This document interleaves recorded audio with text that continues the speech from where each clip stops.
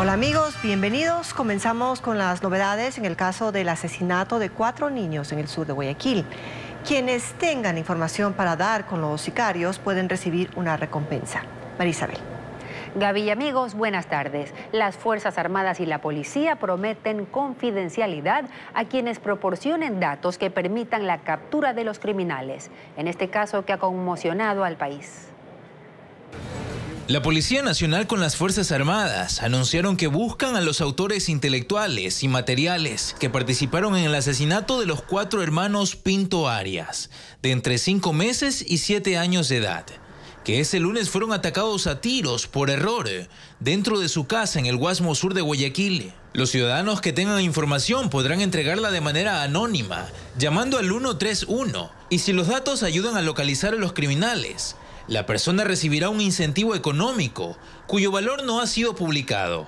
El anuncio es parte del plan Recompensas, que empezó a funcionar desde octubre con el financiamiento del gobierno de los Estados Unidos, como parte de la cooperación para combatir el crimen organizado en Ecuador. Esto ocurre luego de que la ministra del Interior, Mónica Palencia, confirmó a Televisazo que ya identificaron a los sicarios y que se ejecutaron 10 allanamientos. En el sur de la ciudad, el padre de los niños que sobrevivió al ataque le da el último adiós, mientras su esposa permanece en cuidados intensivos en un hospital.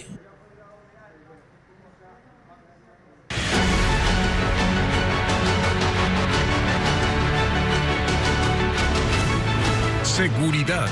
El plan aún no cuaja.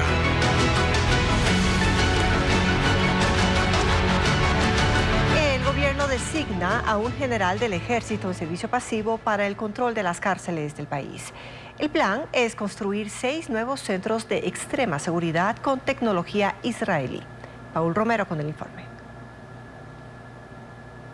La ministra de Gobierno y del Interior, Mónica Palencia, dijo esta mañana en Contacto Directo que una parte del plan de seguridad consiste en reestructurar el sistema penitenciario y construir 6 cárceles, 2 de mega seguridad y 4 de máxima seguridad.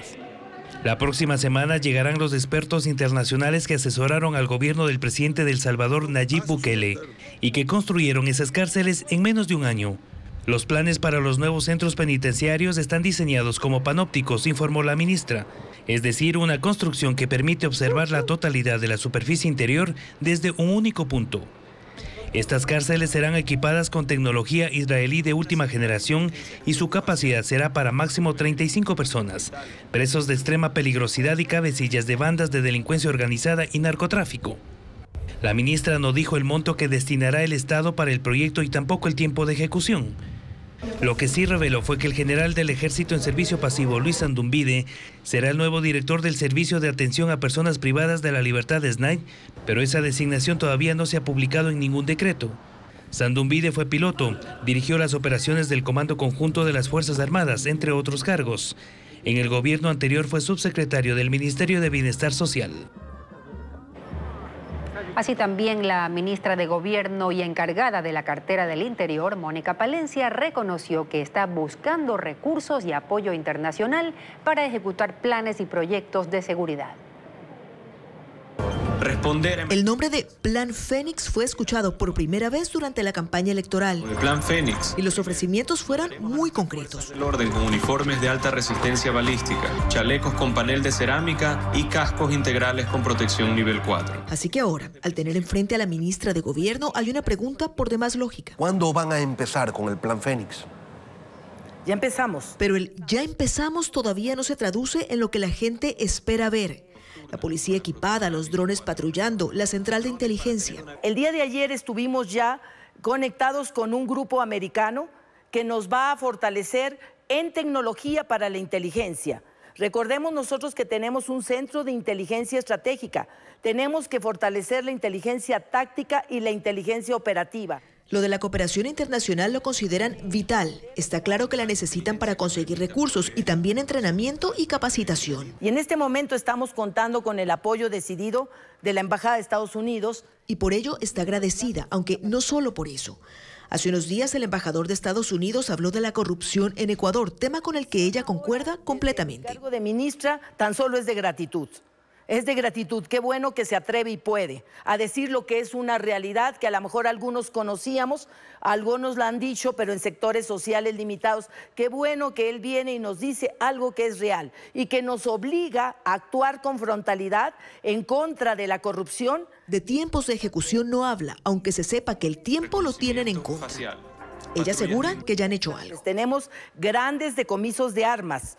Y vamos a ir por la incautación de esas armas a favor de la policía y de las Fuerzas Armadas. Que están trabajando y que ya empezaron con el Plan Fénix, aunque en la práctica nadie alcance todavía a sentir su efecto. Tema de mapeo satelital para una respuesta inmediata. Argentina amaneció con una fuerte devaluación de la moneda tras los primeros ajustes anunciados por el gobierno de Javier Milei. Otras medidas, como la reducción de subsidios de servicios y el transporte, entrarán en vigencia el 1 de enero. Y en las próximas semanas se presentará un plan de reformas estructurales. Los ajustes anunciados por el gobierno de Argentina apuntan a reducir el gasto público en $20.000 millones, llevar el déficit a cero, eliminar la brecha cambiaria de las múltiples cotizaciones que hay para el dólar y que se mueven sin control estatal. No hay plata para gastos que no sean estrictamente necesarios. El paquete de 10 medidas comenzó por elevar el valor del dólar de 400 a 800 pesos. Suspende las asignaciones discrecionales a las provincias. Frena la obra pública. No renueva los contratos para empleados del Estado que tienen 1 año o menos en sus cargos. Y llega incluso a la reducción de subsidios. Tarifas de luz y de gas, así como de transporte público, verán aumentos desde enero. Es un plan de urgencia, según el gobierno, para evitar una catástrofe económica sin fin. La pobreza no va a tener límite. Vamos a estar hablando de niveles de pobreza nunca vistos en la República Argentina. Y no estamos dispuestos. Pero al mismo tiempo, el gobierno argentino apunta a compensar en algo a la población con aumentos en la ayuda social vía asignación universal, que son valores que se pagan por hijo menor de 18 años a quienes están sin trabajo, y mediante la tarjeta alimentar, que garantiza acceso mínimo a productos de la canasta básica. Mientras que los jubilados también ven una grave pérdida en el poder adquisitivo de sus pensiones, que hasta hoy han estado sujetas a una actualización automática trimestral, pero el objetivo ahora es que los nuevos aumentos queden a discreción del Ejecutivo. Al volver, el principal camino que une a Napo, Sucumbíos y Orellana con Pichincha y Tungurahua estará cerrado parcialmente por 2 semanas. ¿Cuáles son?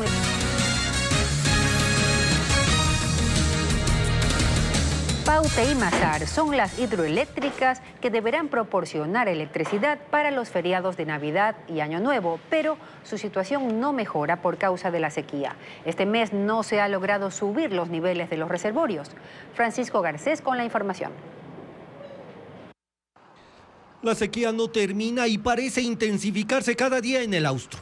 La región en la que está el complejo hidroeléctrico Paute, Mazar y Sopladora, que entrega 1.700 megavatios de los 4.600 que requiere a diario el país.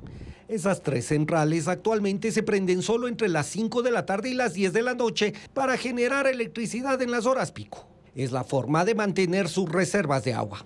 Pero para garantizar que no haya apagones durante los 6 días de las fiestas de Navidad y de Año Nuevo, esas centrales deberán producir electricidad todo el día. Para eso se necesita que el nivel de los reservorios aumente en los próximos 10 días, lo cual implica que los apagones ahora duren 3 horas, porque con los racionamientos de hasta 2 horas no se pudo lograr que esos niveles de reserva mejoren. Paute no ha logrado llegar a la cota de 1.984 metros que tenía su reservorio al iniciar diciembre y está en 1.983 metros, que son 8 por encima de su nivel mínimo de operación. Para que esa central funcione a su capacidad óptima, debería recibir 141 metros cúbicos de agua por segundo, y este miércoles solo le llegaban 30 metros cúbicos. Mazar está en una situación similar. En lo que va de diciembre, su embalse se ha mantenido en 2.123 metros de altura, 25 metros por encima de su nivel mínimo. Para mantener una operación a toda su capacidad requiere un caudal de 200 metros cúbicos por segundo, pero este miércoles solo recibía 17 metros cúbicos. El Ministerio de Energía confía en que el aumento de 1 hora en la duración de los apagones permita ahorrar suficiente electricidad para que esos embalses se recuperen en los próximos días. Si viajará entre la Sierra y Amazonía, preste atención. Un tramo de la vía E45, el principal camino que une Anapo, Sucumbíos de Orellana con Pichincha y Tungurahua, estará cerrado durante 7 horas diarias por 2 semanas, y esto debido a trabajos en un puente. Elizabeth Quesada muestra las rutas alternas.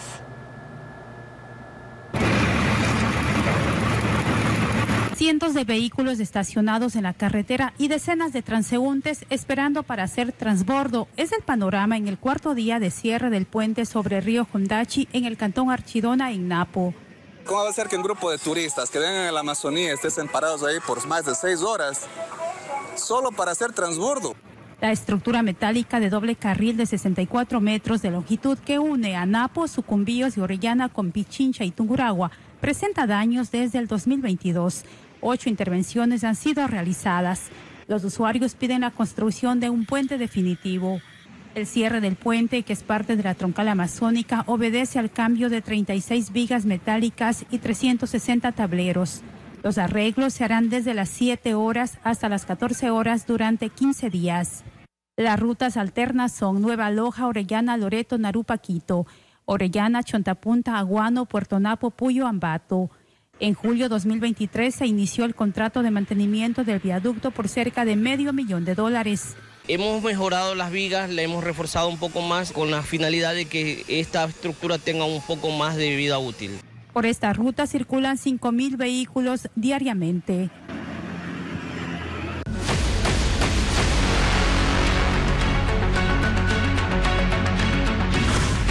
Gobierno a golpe de piñata. En 8 días, el presidente ha designado a 3 gobernadores para Santo Domingo y Los Ríos y ha nombrado a una funcionaria de Guillermo Lasso también para reemplazar la Secretaría de Ecuador Crece sin Desnutrición Infantil. También en el cargo de secretaria de Educación Superior. Los cambios de opinión y el reciclaje de figuras también han marcado a este gabinete que 20 días después de posesionado el presidente Noboa aún no se completa. Luisa María Heredia con el informe.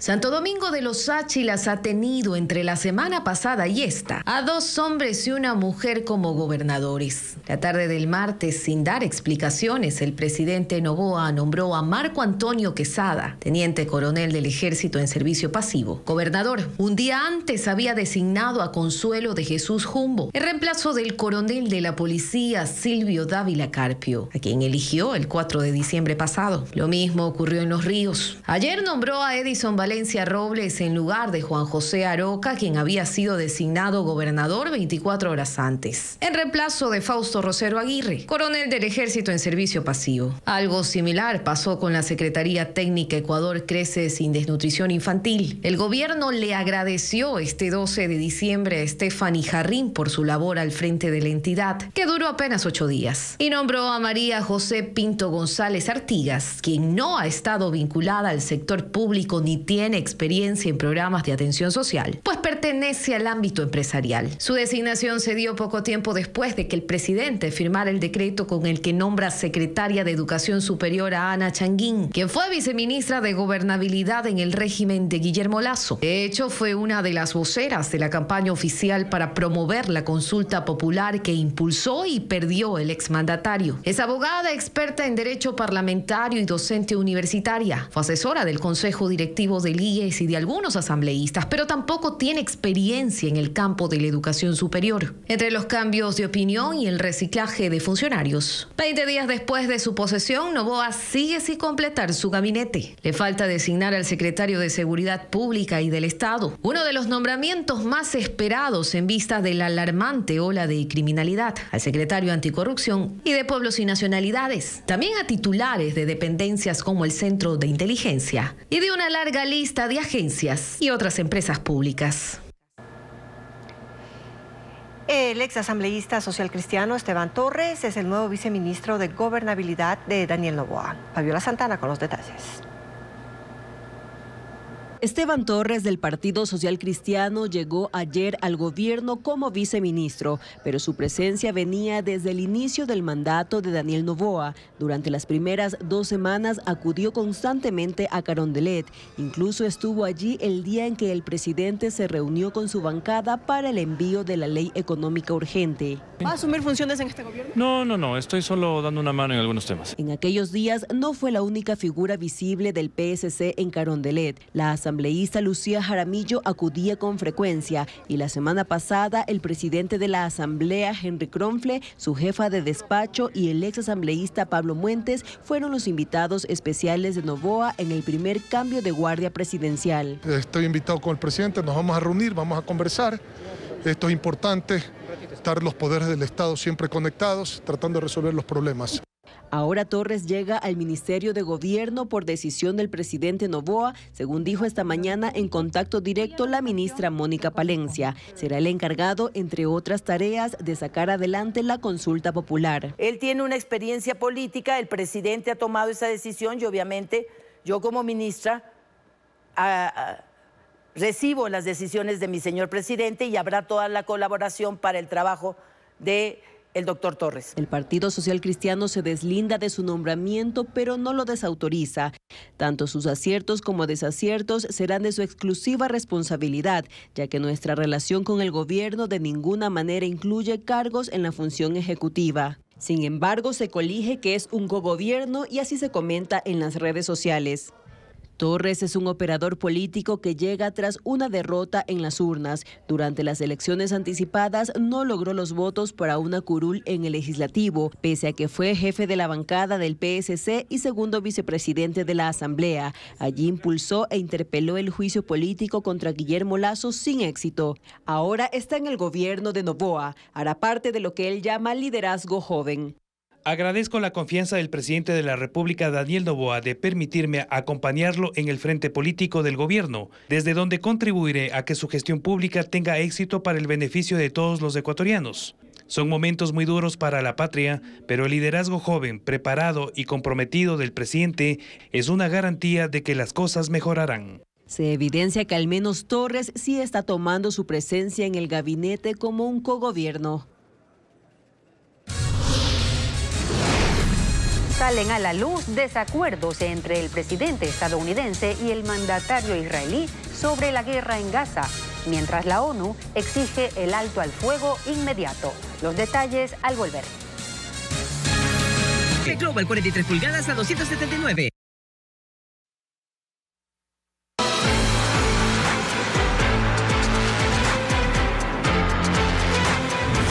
Diana Salazar, manzana de la discordia.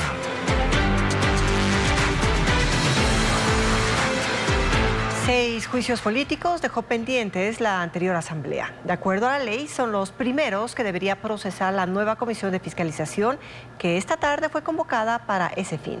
Patricio Díaz muestra a los acusados. El primer juicio político pendiente es contra los 5 miembros del Consejo Nacional Electoral. El proceso fue presentado por los entonces legisladores de Pachacutic, Mario Ruiz y Joel Abad. Acusaron a la presidenta del CNE y los 4 consejeros de no permitir en 2021 la apertura de urnas, generando un supuesto perjuicio a Yacu Pérez. El juicio no pudo continuar por estar prohibido juzgar a los miembros del Consejo en periodo de elecciones. El segundo juicio es contra los exministros del Interior, Patricio Carrillo, de la Mujer, Paola Flores, y el exsecretario de Seguridad, Diego Ordóñez. Lo presentaron Sofía Sánchez y Ricardo Vanegas de Pachacutic. Los acusaron de supuestas omisiones en 3 temas: el femicidio de María Belén Bernal, las masacres en las cárceles del país y la acción policial en las protestas de junio de 2022. Los interpelantes renunciaron y se retiraron también firmas de respaldo. A pesar de esto, se inició el trámite, pero fue suspendido porque empezó también el juicio político al expresidente Lasso. Llegó luego la muerte cruzada. El tercer proceso es contra el exministro de Obras Públicas Darío Herrera. Fue presentado por el exlegislador social cristiano Jorge Abedrabo. Lo acusó de incumplimiento de funciones por el mal estado de las vías del país. Herrera tiene otro juicio. Es el 4º de la serie y fue presentado por el ex asambleísta de Pachacutic, José Chimbo, también por la situación vial. En el quinto proceso de fiscalización, Mario Ruiz acusó al exministro de Inclusión Social, Esteban Bernal, por supuestamente retirar el bono de desarrollo humano a más de 1.200 personas sin darles una explicación. Y el último juicio, el sexto, fue presentado por el ex legislador Javier Santos y el ex social cristiano Luis Almeida contra el vocal de la Judicatura Juan José Morillo, por los audios filtrados en los que, según los ex legisladores, se estaría intentando influir en el dictamen de un juez en torno a un caso de Guadalupe Llori. El proceso también va contra el entonces presidente de la Judicatura, Fausto Murillo, bajo la acusación de no haber ejercido ninguna acción legal sobre esa denuncia. De los proponentes de juicio, la única reelecta fue Sofía Sánchez, pero ella renunció a ser interpelante. En los otros 5 casos, los acusadores ya no son legisladores. Según el presidente de la Asamblea, se podrían designar nuevos interpelantes. El trámite para cambiar sexo y nombre en la cédula de identidad se simplifica. Esto tras las reformas a la Ley de Gestión de Datos Civiles. Adriana Bermeo con más detalles. Con 119 votos, el Pleno de la Asamblea Nacional aprobó ayer la reforma a la Ley de Gestión de Identidad y Datos Civiles. Esto en cumplimiento con la sentencia de la Corte Constitucional de mayo del 2017 que ordenó que se regule el cambio del dato sexo en la cédula. 3 son las modificaciones legales que plantea el documento. 1. Los miembros de la comunidad LGBTIQ+ podrán cambiar el nombre y el sexo de su documento de identidad, pero para hacerlo tendrán que ser mayores de edad y entregar un oficio en el registro civil explicando el pedido. Antes pedían exámenes genitales, exámenes médicos, exámenes psicológicos, testigos y una serie de temas más que no estaban en la ley y que eran discriminatorios. 2. Cualquier ciudadano podrá cambiar el orden de sus apellidos. La Ley de Gestión de Identidad vigente desde el 2016 contempla esta posibilidad, pero solo en el momento de la inscripción de nacimiento. Y 3. Las notarías deberán enviar la información de uniones de hecho y divorcios al registro civil. Este ya no será un trámite que realice cada persona. En la reforma se niega que personas solteras y viudas puedan adoptar. Se mantiene así lo que estipula la Constitución, donde ese derecho solo es para parejas formadas por hombre y mujer. No podemos incluir una norma en esta ley que reforme la Constitución. La reforma aprobada por la Asamblea Nacional ahora está en manos del presidente Daniel Noboa, que puede firmarla como está o vetarla. Los cambios estarán vigentes una vez que sean publicados en el registro oficial. La Asamblea General de la ONU aprobó por abrumadora mayoría una resolución para exigir un alto al fuego inmediato en Gaza. Con esto han logrado eludir el veto de Estados Unidos en el Consejo de Seguridad. Y aunque la decisión no es de cumplimiento obligatorio, sí refleja la visión mayoritaria de las naciones sobre esta guerra. 153 países votaron a favor de un alto al fuego, entre ellos Ecuador. Ocurrió en la sesión especial de emergencia en la Asamblea de la ONU, donde además se registraron 10 votos en contra, como los de Israel y Estados Unidos, y 23 abstenciones, incluidas las de Italia, Alemania, Reino Unido y Argentina. Aunque esta votación es políticamente significativa, no es vinculante, a diferencia de las que se toman en el Consejo de Seguridad, donde sin embargo un solo veto impide la adopción de resoluciones como esta, y eso es lo que ocurrió la semana pasada con Estados Unidos. El presidente de ese país, Joe Biden, admitió ayer que Israel está perdiendo apoyo internacional por los ataques indiscriminados en Gaza y que el gobierno de Netanyahu debería cambiar, pues se niega a una solución de 2 estados entre Israel y Palestina, pero al mismo tiempo ratifica que Estados Unidos se mantiene como aliado de Israel. Presiona al Congreso por la aprobación urgente de un nuevo paquete de ayuda económica y ha dicho que su gobierno no tiene planes de condicionar la asistencia militar. En la ciudad de San Francisco, en Estados Unidos, 2 cadenas de supermercados han eliminado las cajas de autoservicio e implementado medidas de seguridad ante la gran cantidad de robos. Ahora los clientes deben escanear las facturas para poder salir de los locales. Los puestos de autoservicio son un sistema popular en tiendas de Estados Unidos para que sean los mismos clientes quienes marquen sus productos en caja y paguen por ellos. Pero esto podría desaparecer en ciertos supermercados de San Francisco, en California, como ocurre ya en las tiendas de Safeway, donde ahora hay puertas diseñadas para impedir robos. Los pasillos de las cajas también tienen puertas de alta tecnología que solo se abren al pasar por un sensor la factura de compra. También han aumentado el número de guardias de seguridad y eliminaron los puntos de autopago. En tiendas de la cadena Target, las áreas de autopago fueron deshabilitadas, también por los robos que han representado enormes pérdidas. Los clientes se muestran de acuerdo con los cambios, aunque creen que esta ola de delincuencia se debe a un problema social más grande. En Venezuela ocurrió un trágico accidente múltiple en una autopista de Caracas. Primero, un tráiler chocó contra 5 vehículos y luego un camión cargado con diluyente perdió el control y los impactó, provocando una explosión. El accidente dejó 16 muertos y 10 heridos. Los equipos de emergencia continúan en el sitio trabajando para extinguir las llamas que alcanzaron 17 autos. El siniestro bloqueó la vía, que es uno de los principales accesos a la capital venezolana.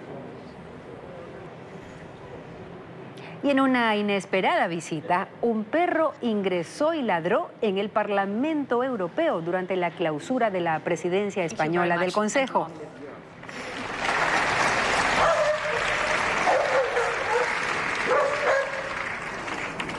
Los ladridos provocaron risas de los eurodiputados. Esto pasó después de la intervención de la presidenta de la Comisión Europea, Ursula von der Leyen, y justo cuando la líder del Parlamento, Roberta Metsola, iba a dar la palabra a los portavoces de los grupos parlamentarios.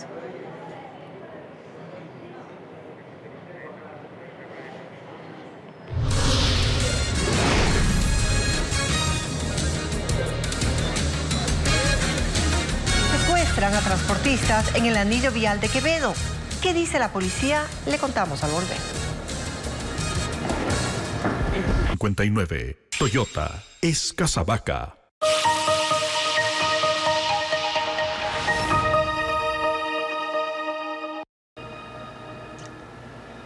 Cerca de 455 niños y adolescentes han sido víctimas de homicidios cometidos por mafias narcocriminales en el país. Guayas es la provincia donde se centran estas muertes. Bessie Granja con las estadísticas. La violencia alcanza cifras récord en Ecuador, arrastrando consigo a la juventud y a la niñez, los cuales forman parte también de las estadísticas de homicidios. De enero a septiembre de 2023, 455 niños y adolescentes de 0 a 17 años han sido víctimas de muertes violentas, 155 casos más que en 2022. Guayas es la provincia con más asesinatos de menores, 271. El 90% de estas muertes se registraron en Guayaquil, según estadísticas del Ministerio del Interior. Los hechos revelan que los más afectados son los niños menores de 12 años. En estas cifras constan casos como el de Joaquín, un niño de 9 años que fue asesinado en el Guasmo Sur. Él fue alcanzado por las balas mientras estaba afuera de una vivienda donde llegaron los sicarios. Otras 2 menores de edad también fueron heridas. Según el Observatorio Ecuatoriano de Crimen Organizado, las muertes violentas de adolescentes en 2023 también registran un incremento del 500% en comparación al año 2018. Esta población se ha visto amenazada por organizaciones delictivas que los acechan para reclutarlos en Guayaquil, Esmeraldas y Los Ríos. La sociedad ve con preocupación cómo la pugna por el poder y el tráfico de drogas en Ecuador hace que estas bandas actúen de forma sanguinaria hasta con los menores de edad, demostrando su crueldad y barbarie. Informes de criminalística de la policía analizan estos hechos y consideran que así las bandas intentan demostrar que no hay límites o reglas por tratar de alcanzar el liderazgo. Un enfrentamiento armado entre delincuentes y guardias de seguridad de transportación pesada se produjo en el anillo vial de Quevedo. Las bandas no solo roban la mercancía, también secuestran a los choferes, como relata Odette Camacho. Conductores de camiones y sus guardias de seguridad corrían tras un enfrentamiento con 15 delincuentes, quienes lanzaron palos en la vía para detenerlos, pero los custodios dispararon y la banda huyó por la maleza. La policía despejó la vía, pero una hora después recibió la alerta de un fallecido por perdigones que llegó a un hospital en busca de atención. Según el coronel William Calle, este hombre de 26 años con antecedentes por robo sería uno de los que se enfrentó a tiros con los guardias, pero llegó fingiendo ser víctima de un asalto. Según la policía, en el anillo vial de Quevedo operan 8 bandas delictivas que no solo roban la mercadería y los vehículos, además secuestran a los choferes. Este año ya son 159 de estos casos en la provincia. El negocio de ellos es secuestrar. El otro día a una señora le sacaron $20,000. El día de hoy hay una persona secuestrada, le están pidiendo $10,000. Los transportistas han tenido que viajar en convoyes y hasta con guardias, especialmente cuando trasladan electrodomésticos. Galas navideñas y conciertos son parte de la agenda semanal. Luis Alfredo Zúñiga cuenta qué preparan la Orquesta Sinfónica de Cuenca y la Casa de la Cultura del Guayas.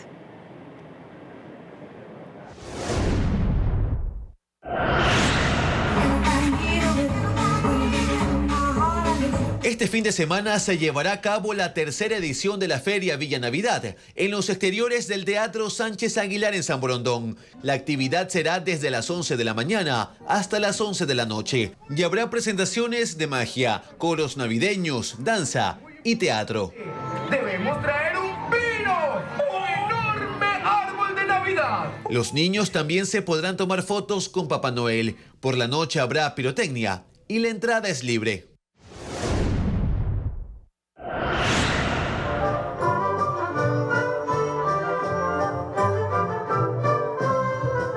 Este martes por la tarde, en los exteriores de la Casa de la Cultura del Guayas, en el centro de Guayaquil, se realizó la gala navideña Guayas en Movimiento. 150 artistas de la Compañía de Ballet de la provincia, la joven orquesta de la Casa de la Cultura y su coro infanto-juvenil salieron a escena.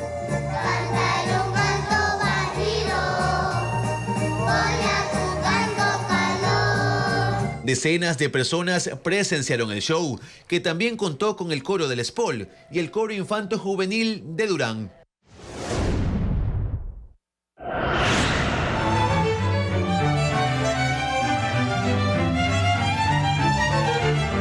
Y en Cuenca la agenda por sus fiestas continúa. Este jueves 14 de diciembre a las 8 de la noche se presenta la Orquesta Sinfónica junto al coro del Conservatorio José María Rodríguez.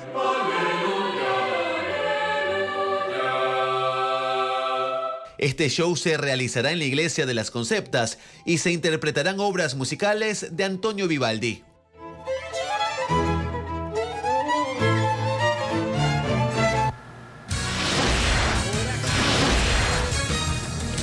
Tres cantantes ecuatorianos preparan un concierto para festejar la Navidad. ¿Cuándo y dónde será el show? Entérese luego del corte. La Veeduría Nacional que Wilman Terán dice que vigila el concurso de jueces nunca se ha reunido. Su coordinadora apenas emitió su primera convocatoria para sesionar este jueves. Jacqueline Rodas con el tema. El presidente del Consejo de la Judicatura, Wilman Terán, criticó el papel de la Misión Internacional de Observación, dirigida por el expresidente de la Corte Interamericana de Derechos Humanos, Diego García Sayán, y dijo que el concurso de jueces de la Corte Nacional cuenta con una veeduría oficial nombrada en Ecuador por el Consejo de Participación Ciudadana. Este proceso es transparente. En primer lugar, posee la veeduría ciudadana, dotada acorde a la norma. La coordinadora de esta veeduría es la señora Bonnie Alexandra Carrión Zamora. Carrión Zamora. Sin embargo, la veeduría oficial nunca se ha reunido ni ha emitido informes. En la página web del Consejo de Participación consta que son 5 integrantes y que están en funciones desde hace 6 meses. Televistazo buscó a su coordinadora, Bonnie Carrión, nombre que Terán dio en la rueda de prensa de ayer, pero no quiso ser entrevistada hasta que se dé el primer encuentro de la veeduría. Convocó a sus integrantes para este jueves en Guayaquil. Ella prevé que tomen una postura frente a las denuncias de irregularidades en el concurso y dijo que pedirán una cita con el presidente de la Judicatura para que dé explicaciones. Poco se conoce de los 5 integrantes de la veeduría. Carrión fue candidata a concejal de Guayaquil por Sociedad Patriótica en las pasadas elecciones. Sheila Reyes es funcionaria del municipio de Durán. Fue concejal y en 2019 candidata a la alcaldía de esa ciudad por Alianza País. De Eduardo Cantos, Nelly Escobar y Alba Salazar no hay mayor información. Mientras esta mañana la Misión Internacional de Observación emitió un comunicado en el que reconoce que el Consejo de la Judicatura accedió a publicar las carpetas de los postulantes, que fue una de las observaciones que hicieron sus delegados durante su visita en noviembre. Desde entonces, según el comunicado, han analizado abundante documentación sobre el concurso y solicitaron una reunión telemática este mes con el pleno del organismo y confirman que todos los integrantes de la misión visitarán Ecuador el próximo 8 de enero. Esta mañana el alcalde de Guayaquil, Aquiles Álvarez, se reunió con representantes del puerto de Pozorja DP World. Buscan una solución para enfrentar un posible caos en la vía a la costa que desde el próximo año aumentará el flujo diario por los trailers que llevarán contenedores hasta esa terminal portuaria.